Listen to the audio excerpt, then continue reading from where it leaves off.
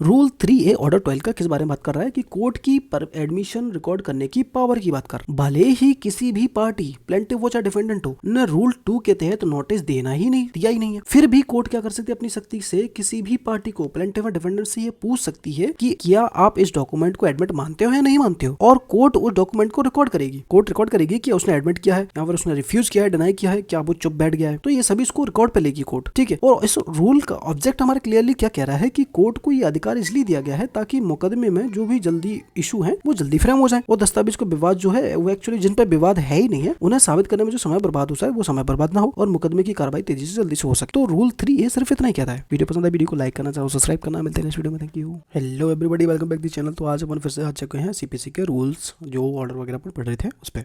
ठीक है, ऑर्डर 12 अपन पढ़ रहे थे और रूल 3 तक अपन कंप्लीट कर चुके हैं। आज की वीडियो हम रूल 3A पे बात करने वाले हैं।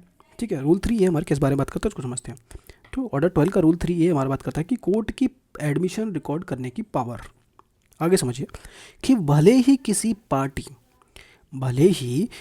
भी पार्टी ने रूल 2 के तहत नोटिस ना दिया हो, किसी भी पार्टी प्लेंटिफ डिफेंडेंट किसी ने नहीं दिया नोटिस, फिर भी कोर्ट क्या कर सकती है, खुद अपनी सख्ती से किसी भी पार्टी को पूछ सकती है कि क्या आप इस डॉक्यूमेंट को मानते हो, एडमिट करते हो या नहीं करते हो, और कोर्ट उस उत्तर को रिकॉर्ड करेगी।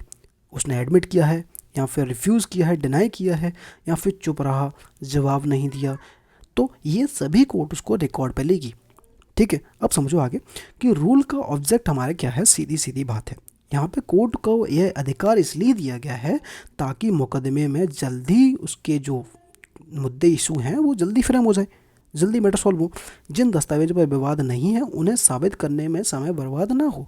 ठीक है, और मुकदमे की कार्रवाई तेजी से बढ़ सके। एग्जाम्पल से और समझ लो, क्लियर हो जाएगा। कोर्ट देखती है कि केस में एक सेल एग्रीमेंट लगा हुआ है। कोर्ट कहती है कि प्रतिवादी भाई साहब, क्या आप इस सेल एग्रीमेंट को असली मानते हो या नहीं मानते हो। अब यहाँ पर डिफेंडेंट कोर्ट के सामने आता है और उसको डिनाई करता है, एडमिट करता है। ठीक है, डिनाई करता है या फिर बिना वजह या वजह देना पड़ेगा उसको, क्या मना कर रहा है, और कोर्ट यह लिख देगी कि प्रतिवादी ने क्या कहा। कोर्ट यह लिख देगी कि कोर्ट ने एक्चुअल में डिनाई किया है, एक्सेप्ट किया है, वो भी आप कोर्ट को आप लोग लिखना होगा। और शॉर्ट नोट क्या कह रहा है कि नोटिस ना देने पर भी कोर्ट कभी भी किसी डॉक्यूमेंट पर एडमिशन मांग सकती है और उसे रिकॉर्ड पे ले सकती है।